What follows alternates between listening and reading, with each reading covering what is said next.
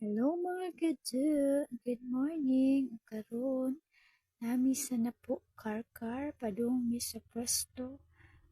Mulusot mi sa Guadalupe Road. Maka nami diri sa kabukiran, kanindot sa kabukiran sama sa akong pahiyom karon. Mga green nga talan-awon nga puno sa paglaom. Nga preskong hangin, lami kay pamation. Nami diri guys. So, ato tami guys sa dragon fruit kana because kaso lang pwede yung layuwa ka na because buntod guys asa ka na siya view. So nilaos na lang ni guys padung sa Guadalupe.